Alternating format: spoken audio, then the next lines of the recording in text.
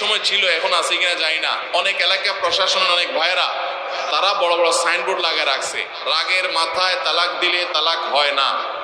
দেখছেন আপনারা এই সাইনবোর্ড? কেউ দুর্ভাগ্য হয় নাই কারণ এরকম সাইনবোর্ড অনেক জায়গায় আছে। আমাদের দুর্ভাগ্য যে আমাদের ফতোয়া অনেক সময় আমাদের প্রশাসন অনেক বাইরেই দিয়ে দেয়, রাগের মাথায় তালাক দিলে নাকি তালাক হয় না। তালাক কি মানুষ মহব্বত করতে করতে দেয়? স্ত্রীর সাথে মহব্বত ভালোবাসা আতিশয্যে তালাক দিয়ে দেয়? তালাক তো দেয় রাগের মাথায়। তবে শরীয়ত বলে রাগের মাথায় আপনি ব্যালেন্স হারিয়ে তালাক দিয়ে পরে আফসোস যেন করতে না হয়, এই জন্য আপনাকে সবর করতে হবে। তালাক দেওয়ার ডিসিশন নিয়েছেন, স্ত্রীর একটা মাসিক পার হওয়ার পর্যন্ত অপেক্ষা করতে হবে। আসলোর মুখ দিয়ে তালাক বলে দিলেন, জি না। তালাক দেওয়ার নিয়ম শুনেন, যেভাবে তালাক দিলে আবারও ফেরত নিতে পারবেন কখনো চাইলে, সেটা সুযোগ কখন হবে আপনি সিদ্ধান্ত নিছেন না আর একসাথে আমরা থাকবো না, ওকে ফাইন, পরামর্শ করছেন বন্ধু বান্ধব, বিচক্ষণ মুরব্বী, আলেম ওলামা, লয়ার সবার সাথে, তাহলে এবার আপনাকে অপেক্ষা করতে হবে। সিদ্ধান্ত নিলেন আজকে আর কালকে তালাক দিবেন, জি না, অপেক্ষা করতে হবে একটা মাসিকের। মাসিক পার হবে, এরপরে পবিত্রতা আসবে, সেই পবিত্রতার পিরিয়ডে শারীরিক কোনো সম্পর্ক হওয়ার আগে আপনাকে তালাক দিতে হবে। এটা হলো তালাকুস সুন্নাহ। এভাবে শরীয়ত তালাক দেওয়ার নির্দেশ, যদি দিতে হয় এভাবে দিতে হবে। কেন শরীয়ত এতগুলো স্টেপ অবলম্বন করছে জানেন? কারণ শরীয়ত এনশিওর করতে চায় আপনার তালাকটা খুব বিচক্ষণতার সাথে, বুদ্ধিদীপ্ত ভাবে, সুচিন্তিত ভাবে হয়েছে, ঠান্ডা মাথায় হয়েছে, বুঝে শুনে হয়েছে।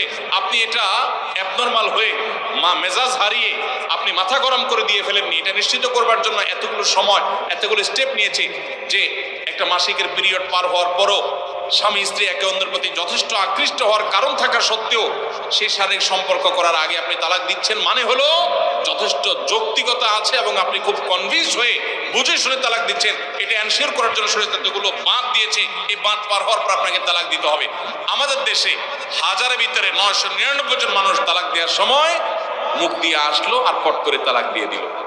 এটা সুন্নাহ তালাক নয়। এই তালাকটা, এইভাবে তালাক দেওয়া, এটা একটা গুনাহের কাজ। এভাবে তালাক দিবেন না, তালাক দেওয়া যাবে না।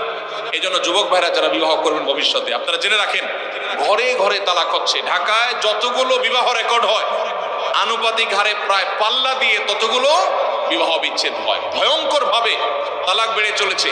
কয়েক জায়গায় মাহফিলে গিয়েছি, এলাকার চেয়ারম্যান সাহেবরা বলছে, ভাই আমি চেয়ারম্যান হওয়ার পরে যে বিচার আচার আমার কাছে আসছে, বিসমিল্লাহি করছি তালাকের বিচার দিয়া। একজন বলছেন যে কয়েকদিনের ভিতরে 20-25টা তালাকের বিচার আসছে, আর যেগুলো আমার কাছে আসে সেগুলো তো আমাদের হিসাবের বাইরে। এই জন্য আপনাদের প্রতি উদাত্ত আহ্বান রাখতে চাই, আমাদের সংসারগুলো সব খান খান হয়ে যাচ্ছে। সবাই সংযমী হতে হবে, ধৈর্যশীল হতে হবে। as-sabru জাযাউহু আল জান্নাহ, সবরের বিনিময়ে আল্লাহ তাআলা জান্নাত দান করবেন। সবাই সবর করবেন তো ইনশাআল্লাহ। দাম আর যা হোক, খবরদার কখনো মাথা গরম করে তালাক দিবেন।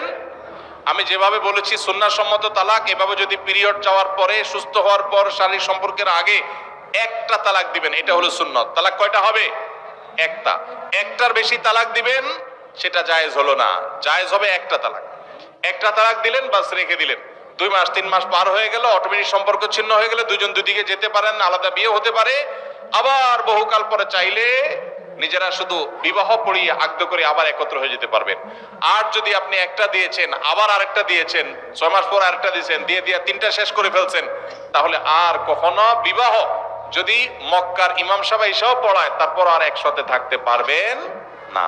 আল্লাহ তাআলা আমাদেরকে এই বিবাহ বন্ধন এবং তালাকের ক্ষেত্রে শরিয়াকে মেনে চলার তৌফিক দান করুন।